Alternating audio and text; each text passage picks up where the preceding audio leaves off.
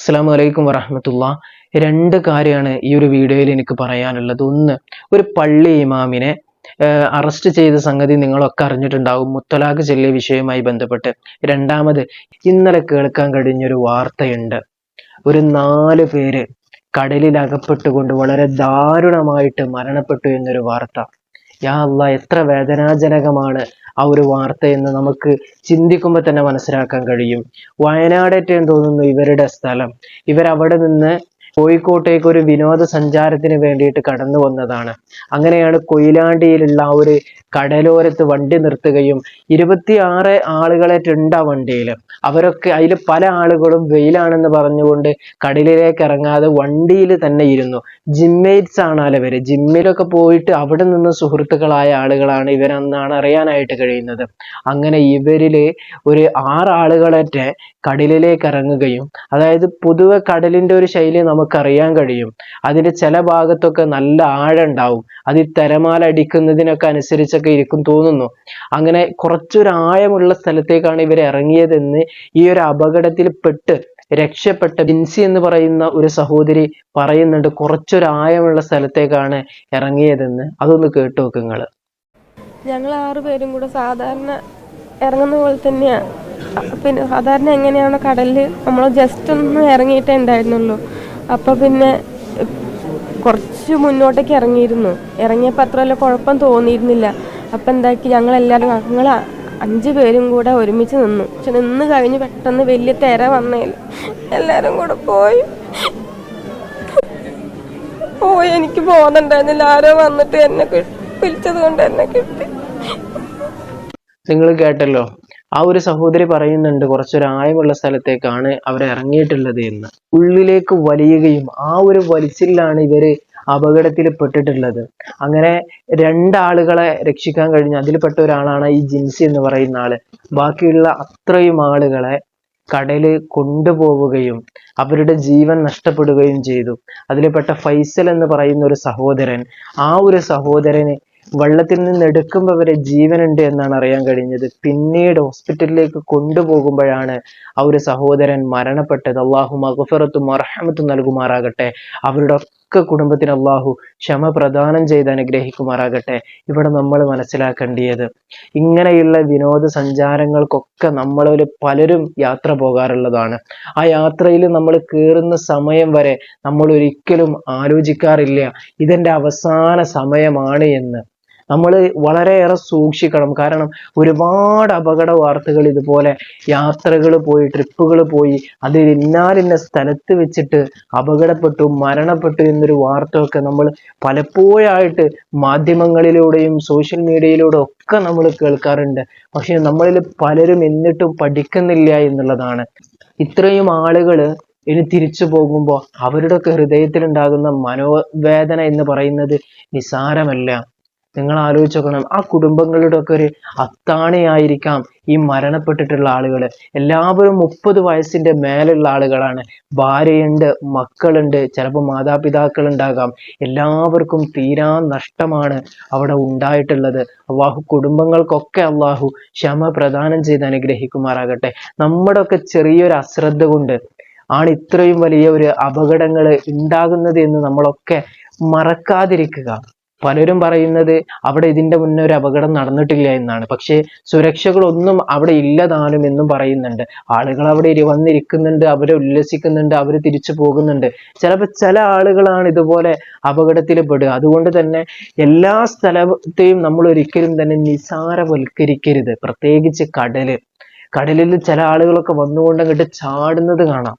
അവരൊക്കെ കുളത്തിലും അതുപോലെ തന്നെ പുഴയിലുമൊക്കെ നീന്തിയ എക്സ്പീരിയൻസ് കൊണ്ടാണ് ചിലർ ചാടുന്നത് കടൽ കാണുമ്പോൾ. ഇതും വെള്ളമാണ് അതും വെള്ളമാണ് എന്നുള്ളത്. പക്ഷെ ഒരു വ്യത്യാസം എന്ന് പറയുന്നത്, ഈ കടലിൽ ഇടയ്ക്കിടയ്ക്ക് തിരമാല വന്ന് അടിക്കുന്നത് കൊണ്ട് തന്നെ കടലിനെ നമ്മൾ ഒരിക്കലും കുളത്തിനോടോ പുഴയോടോ നമ്മൾ ഉപമിക്കരുത്. കാരണം ആ ഒരു തിരമാല വന്ന് അടിക്കുമ്പോൾ ചിലപ്പോൾ കൺട്രോൾ പോകും. അതിൽ കടലുമായി ബന്ധമുള്ള ആളുകൾക്കാണ് അതിൽ നിന്നൊക്കെ വളരെ നിഷ്പ്രയാസം അതിൽ നിന്നൊക്കെ കരകയറാനായിട്ട് കഴിയുന്നത്. അല്ലാത്ത ആളുകൾ അതിൽ പെട്ടുപോകും. ഈ കടലിൽ ഇറങ്ങിയ പല ആളുകൾക്കും നീന്തൽ അറിയുമെന്നാണ് എനിക്ക് തോന്നുന്നത്. പക്ഷേ അങ്ങനെ നീന്തൽ അറിഞ്ഞിട്ട് പോലും കടലൊന്ന് ഉൾവലിഞ്ഞപ്പോൾ ആ ഒരു വെയിലിറക്കം സംഭവിച്ച ആ ഒരു സമയത്ത് അവർക്ക് അവരെ നിയന്ത്രിക്കാൻ കഴിഞ്ഞില്ല എന്നുള്ളതാണ് യാഥാർത്ഥ്യം. ഉസ്താദിനെ, ഒരു മൂല്യരെ പോലീസ് അറസ്റ്റ് ചെയ്തത് എന്തിനാന്ന് ചോദിച്ചാൽ തൊലാക്ക് ചൊല്ലി എന്നതിന്റെ വിഷയത്തിലാണത്രേ. ആ മനുഷ്യൻ അദ്ദേഹത്തിന്റെ ഭാര്യയോട് തൊലാക്ക് ചൊല്ലി, ഭാര്യ കൊണ്ടുപോയി കേസ് കൊടുത്തു. ആ മനുഷ്യൻ ഇപ്പോ 14 ദിവസമായിട്ട് റിമാൻഡിൽ കഴിഞ്ഞുകൊണ്ടിരിക്കുകയാണ്. നിങ്ങൾ ആലോചിച്ച് നോക്കണം, എന്ത് തെറ്റാണ് ആ മനുഷ്യൻ ഇവിടെ ചെയ്തത്. നമുക്ക് പറയാനായിട്ട് കഴിയും, അല്ലെങ്കിൽ നമുക്ക് എല്ലാവർക്കും അറിയാം, മുത്തലാഖ് എന്ന് പറയുന്നത് ഒരു കുറ്റമായിട്ട് നിലവിൽ വന്ന ആ ഒരു സംഗതി. അത് ചൊല്ലിക്കഴിഞ്ഞാൽ ആരാണോ ചൊല്ലിയത് ആ മനുഷ്യൻ എന്ത് ചെയ്യും? പോലീസ് അയാളുടെ മേൽ നടപടി എടുക്കും, അറസ്റ്റ് ചെയ്യും. ഈ ഉസ്താദ് റിമാൻഡിൽ കെടുക്കുന്നത് പോലെ റിമാൻഡിൽ കെടുക്കുമെന്നുള്ള ഒരു വിഷയം. പക്ഷേ ഇതിനെതിരെ ഒരുപാട് പോരാട്ടങ്ങൾ നടന്നിട്ടുണ്ടെങ്കിലും അതൊരു നിയമമായി മാറിയതിന്റെ അടിസ്ഥാനത്തിൽ നമുക്കൊന്നും ഇനി ആ ഒരു വിഷയത്തിലൊന്നും ചെയ്യാൻ കഴിയൂല എന്നുള്ളതാണ്. പക്ഷെ നമ്മളിവിടെ മനസ്സിലാക്കേണ്ട ഒരു കാര്യം, മാധ്യമങ്ങളിൽ നിന്ന് ഞാൻ കേട്ടൊരു സംഗതി, ആ ഭാര്യയും ഭർത്താവും തമ്മിൽ സംസാരിച്ച ഒരു ക്ലിപ്പ്, ആ ഒരു ഭാഗത്തിന്റെ ക്ലിപ്പ് മാത്രമാണ് അവര് ചാനലിൽ കൊടുത്തിട്ടുള്ളത്. കാരണം അവരെ സംബന്ധിച്ചിടത്തോളം അവർക്ക് അത് മാത്രം മതി, കളികളിലേക്ക് അത് മാത്രം എത്തിച്ചാൽ മതി. ഇതിന്റെ ബാക്കിയുണ്ടോ ഇതൊന്നും അവർക്ക് അറിയേണ്ട ആവശ്യമില്ല, കാരണം അവർക്ക് അത്ര അറിയേണ്ട ആവശ്യമുള്ളൂ. പക്ഷെ ആ ഒരു ഭാര്യയെ സംബന്ധിച്ചിടത്തോളം ഞാൻ മനസ്സിലാക്കുന്നത് ആ മനുഷ്യൻ പറയുന്ന കാര്യങ്ങൾക്കൊക്കെ എതിരെ പ്രവർത്തിക്കുന്ന ഒരു ഭാര്യയാണ് എന്നുള്ളതാണ്. കാരണം ആ ഒരു മനുഷ്യന്റെ വാക്കുകളിൽ നിന്ന് വളരെ വ്യക്തമായിട്ട് അത് മനസ്സിലാക്കാൻ കഴിയുന്നുണ്ട്. നിങ്ങൾ ആ മനുഷ്യന്റെ ആ ഒരു സംഭാഷണം ഒന്ന് കേട്ടു നോക്കി നിങ്ങള്, അപ്പൊ നിങ്ങൾക്ക് മനസ്സിലാക്കാനായിട്ട് കഴിയും. നടത്താൻ നീ ഇപ്പൊ പഠിച്ചില്ലേ? ചോദിക്കുന്നതിന് മറുപടി പറഞ്ഞാൽ ഞാൻ ഇല്ലാതെ ഏത് വിഷയവും കൈകാര്യം ചെയ്യാൻ ഇപ്പൊ നീ പഠിച്ചില്ലേ? എന്നെ ആക്ഷേപിച്ച് എനിക്ക് എതിരെ കഴിഞ്ഞ വിഷയം കഴിഞ്ഞു. എടി, നിന്നെ ഞാൻ തലാക്കിൽ ഒഴിവാക്കിയിരിക്കുന്നു. നിന്നെ 3 തലാക്കും ചൊല്ലിയിരിക്കുന്നടി. നിന്നെ ബന്ധം വേണ്ടി വരത്തില്ലല്ലോ. നിന്നെ 3 തലാക്കും ചൊല്ലിയാൻ ബന്ധം ഒഴിവാക്കിയിരിക്കുന്നു. പൊയ്ക്കോ. നിങ്ങൾ ആ ഒരു സംഭാഷണം കേട്ടല്ലോ, അദ്ദേഹത്തിന്റെ ചില വാക്കുകളൊക്കെ അതൊക്കെ തിരുത്തേണ്ടത് തന്നെയാണ്. കാരണം അങ്ങനെയൊന്നും സംസാരിക്കാൻ ഒരിക്കലും പാടില്ല. ഞാൻ അദ്ദേഹത്തിനെ അനുകൂലിച്ചുകൊണ്ടല്ല സംസാരിക്കുന്നത്, മറിച്ച് നമ്മുടെ ഒരു ഭാര്യ അല്ലെങ്കിൽ നമ്മുടെ ഭർത്താവ് നമ്മൾ എന്താണോ പറയുന്നത് അതിനെ വിപരീതമല്ലാതെ ചെയ്തുകൊണ്ടിരിക്കുമ്പോൾ നമുക്ക് സ്വാഭാവികമായിട്ട് ദേഷ്യം വരും. ആ ദേഷ്യം വരുന്ന സമയത്ത് ഇപ്പൊ പല ആളുകളും ഡിവോഴ്സ് ചെയ്യുന്നുണ്ടല്ലോ. അതേപോലെ മുസ്ലിമീങ്ങളുടെ ഇടയിലുള്ള അവർക്ക് അർഹമായിട്ടുള്ള ഒരു കാര്യമായിരുന്നു ഈ മുത്തലാഖ് എന്ന് പറയുന്ന ഒരു സംഗതി. അതിനെ അദ്ദേഹം അവിടെ പ്രയോഗിച്ചു എന്നുള്ളതാണ്. ഇവിടെ മനസ്സിലാക്കേണ്ടത് അദ്ദേഹം ഈ ഒരു നിയമം അറിഞ്ഞിട്ടില്ല എന്നുള്ളതാണ് ഒരു യാഥാർത്ഥ്യം. മറ്റേത് അദ്ദേഹത്തിന്റെ ദേഷ്യം, ആ ദേഷ്യം അദ്ദേഹത്തിന് കൺട്രോൾ ചെയ്യാൻ കഴിഞ്ഞില്ല എന്നുള്ളതാണ്. ഈ ത്വലാഖ് എന്ന് പറഞ്ഞാൽ 3 തരാണ്. 1 തൊലാക്കും ചെല്ല, 2 തൊലാക്കും ചെല്ല. 1ഉം 2ഉം തൊലാക്കുകൾ ചൊല്ലിക്കഴിഞ്ഞാൽ ആ ഒരു ഭാര്യ ഇരിക്കുന്ന സമയത്ത് തന്നെ തിരിച്ചെടുക്കാൻ കഴിയും. അതായത് ഞാൻ നിന്നെ തിരിച്ചെടുത്തു എന്നൊക്കെ പറഞ്ഞാൽ തിരിച്ചെന്ത് ചെയ്യാം, നമ്മുടെ ഈ ഭാര്യയായിട്ട് തന്നെ നമ്മുടെ ജീവിതത്തിലേക്ക് കൊണ്ടുവരാം. പക്ഷെ ഞാൻ നിന്നെ മുത്തൊലാക്ക് ചൊല്ലി എന്ന് പറഞ്ഞാൽ ഒരു കാരണവശാലും തന്നെ പിന്നെ ആ ഒരു ഭാര്യയെ ആ ഭർത്താവിന് തിരിച്ചെടുക്കാൻ കഴിയൂല. ഈ തിരിച്ചെടുക്കണമെന്നുണ്ടെങ്കിൽ വേറെ ഒരാൾ ആ ഭാര്യയെ കല്യാണം കഴിക്കുകയും ആ മനുഷ്യൻ ശാരീരികമായിട്ട് ആ ഒരു ഭാര്യയോട് പരിപൂർണമായി ബന്ധപ്പെട്ടാൽ മാത്രമേ പിന്നീട് അദ്ദേഹത്തിന് ഭാര്യയാക്കാൻ കഴിയുള്ളൂ. അതായത് രണ്ടാമത് കല്യാണം കഴിച്ച ആ ഒരു വ്യക്തി ഈ ഒരു ഭാര്യയെ തൊലാക്ക് ചൊല്ലി കൊടുക്കണം. അയാൾ തൊലാക്ക് ചൊല്ലിയിട്ടില്ല എന്നുണ്ടെങ്കിൽ അയാൾ തന്നെയാണ് ആ ഒരു ഭാര്യയുടെ ഭർത്താവ്. അയാൾ തൊലാക്ക് ചൊല്ലിയാൽ ഇയാൾക്ക് എന്ത് ചെയ്യാം, പിന്നീട് കല്യാണം കഴിക്കാം എന്നുള്ളത്. നിങ്ങൾ ഇവിടെ ആലോചിച്ച് നോക്കേണ്ട ഒരു കാര്യം, അള്ളാഹു സുബ്ഹാനഹു വ തആല ഈ ഒരു നിയമം ഇവിടെ വെക്കാനുള്ള കാരണം എന്താണെന്നറിയോ? തൊലാക്ക് എന്ന് പറയുന്നത് അള്ളാഹ്ക്ക് അത്രയും വെറുപ്പായിട്ടുള്ള ഒരു സംഗതിയാണ്. അള്ളാഹ്ക്ക് ഇഷ്ടമില്ലാത്തൊരു സംഗതിയാണ് ത്വലാഖ് എന്ന് പറയുന്നത്. എന്നിട്ടും ഈ ത്വലാഖ് ചൊല്ലിയ ഒരാൾക്ക് ഇത്രമേല് വേദനാജനകമായ ഒരു കാര്യമാണ് അള്ളാഹു തന്നെ ഒരുക്കി വെച്ചിട്ടുള്ളത്.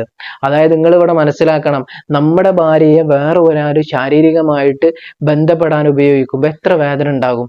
ആ ഒരു കാര്യമാണ് ഇവിടെ അള്ളാഹു ഇവിടെ കൊടുത്തിട്ടുള്ളത്. അതൊരു തരം ശിക്ഷ പോലെയാണ്. കാരണം അത്രമേൽ വെറുക്കപ്പെട്ടിട്ടുള്ള ഒരു സംഗതിയാണ് അള്ളാഹു ഈ ത്വലാഖ് എന്ന് പറയുന്നത്. പിന്നെ മുസ്ലിങ്ങളായിട്ടുള്ള ആളുകളുടെ ഇടയിൽ ഒരു കാരണവശാലും ഈ ഭാര്യമാരുമായിട്ട് ഒത്തുപോകാൻ കഴിയൂല എന്നുണ്ടെങ്കിൽ ത്വലാഖില്ലാതെ നിവർത്തിയില്ലല്ലോ. ഇപ്പൊ നിയമങ്ങൾ വന്നത് ഈ അടുത്താണ്, ഇന്ത്യൻ നിയമമൊക്കെ വന്നിട്ടുള്ളത്. ചില ആളുകൾ പറയും ഈ ഒരു വാക്ക് കേൾക്കുമ്പോ പോലും പിന്നെ എന്തിനാണ് അള്ളാഹു ഈ ത്വലാഖിനെ ഇവിടെ കൊണ്ടുവന്നത് എന്നുള്ള. ഇത് പരിശുദ്ധ ഖുർആനിൽ തന്നെ പറഞ്ഞിട്ടുള്ള ഒരു കാര്യമാണ്. ഇവിടെ നമ്മൾ മനസ്സിലാക്കേണ്ട ഒരു കാര്യം, ത്വലാഖ് എന്ന് പറയുന്നത് ഒരു മനുഷ്യന് ഭാര്യയുമായിട്ട് ജീവിക്കാൻ കഴിയൂല എന്നുള്ള ആ സമയത്ത് ആ ഭാര്യയെ ആ ഭർത്താവ് തന്റെ ജീവിതത്തിൽ നിന്ന് ഒഴിവാക്കാൻ ഉപയോഗിക്കുന്ന ഒരു മാർഗമാണ്. ആ മാർഗമാവട്ടെ നിസ്സാരമായ കാര്യങ്ങൾക്ക് ഒരിക്കലും ഉപയോഗിക്കാൻ പാടില്ല താനും.